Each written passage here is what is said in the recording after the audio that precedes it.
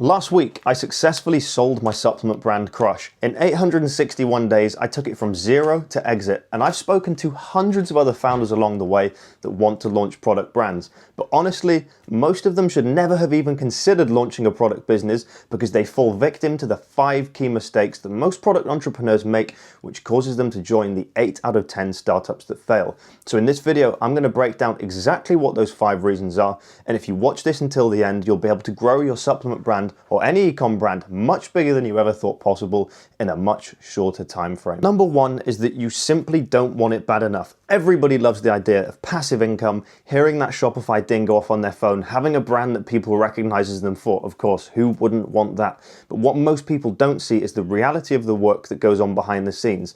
I had months and months of my life building Crush where I literally slept in my unit. We were running out of cash, we had hundreds of orders that needed to go out, and in fact before we had hundreds of orders, we had months where we had 1, 2, 3 orders a day. That was so depressing when you put thousands of pounds into stock, you put your life, heart and energy and all your cash into a brand and your stock's just sitting there.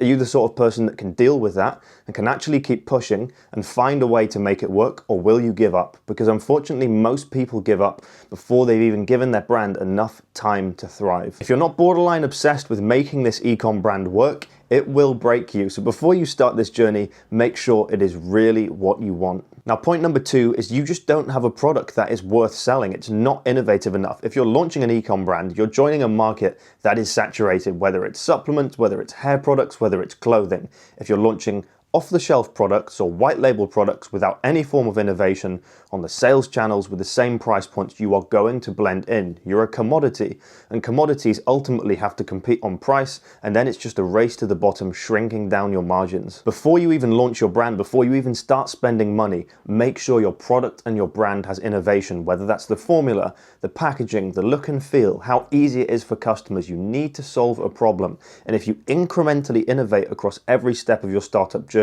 you will absolutely stand out in the market. You need to make sure you can answer this question: why would somebody choose my product over all of the other products in the market? And if you can't answer that in a simple summary, you are not ready for launch. And honestly, this point is where most people get stuck or end up wasting the most money, which is why inside Startup Club, my private community for product brand entrepreneurs, this is what I help people through step by step: choosing your product, validating it, bringing it to market and driving sales with accurate structure and guidance from someone that's been there, started it and scaled it and exited their brand in 861 days. So if you would like to book an application call to work with me one-on-one, I'll leave that link in the description below. Now, point number 3 is that you don't have the budget to fail. It's not that you don't have the budget to start, it's that you don't have it to fail. Anyone can start a brand, but if you tie up all of your money in stock and you've got no money for paid ads, for marketing, to reorder your stock, what are you going to do? You're competing against brands that have got millions of pounds, hundreds of team members, and massively innovative products, but you don't have any money to spend on paid ads. Yes, you can do things organically, but you need a budget. You need a buffer, otherwise your back is going to be up against the wall. Now, number 4 is analytics and KPIs. When you're trying to build a business or scale your brand, you have to do it based on data. You wouldn't set out on a 10-hour journey without a map or a sat-nav because you would never get there, or maybe you would after 2 years, but you can get to places much quicker in your business when you're actually looking at analytics and KPIs. You need to be tracking your margins, not just revenue. You need to be looking at your net profits, your gross profit, your analytics, your website metrics, your conversion rate optimization. Track all of this data and use that to help you make decisions. It took me way too long to figure this out. I thought just because we were doing £500 a day, first of all, or when we hit £1,000 a day, that was amazing. Revenue is vanity.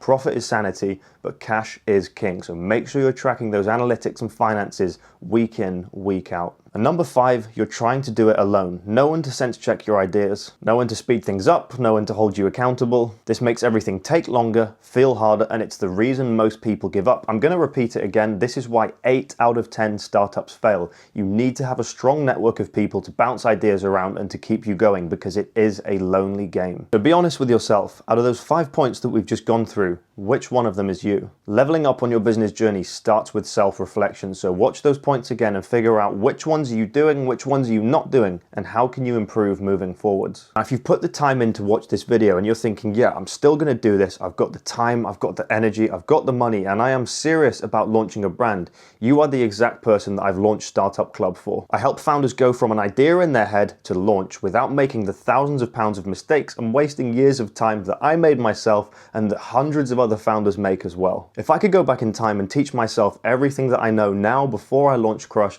I would have scaled it to a lot bigger numbers a lot quicker, but hindsight is a wonderful thing. Now, if you want to avoid those mistakes, I'll leave a link in the description below to book an application call with me. We'll have a 45-minute chat, no pressure, and we'll see whether we're a good fit to work together. Now, I hope you've taken some insight from this video. If you're launching a brand or you're trying to scale your business, keep pushing, don't give up, and remember, work hard and smart.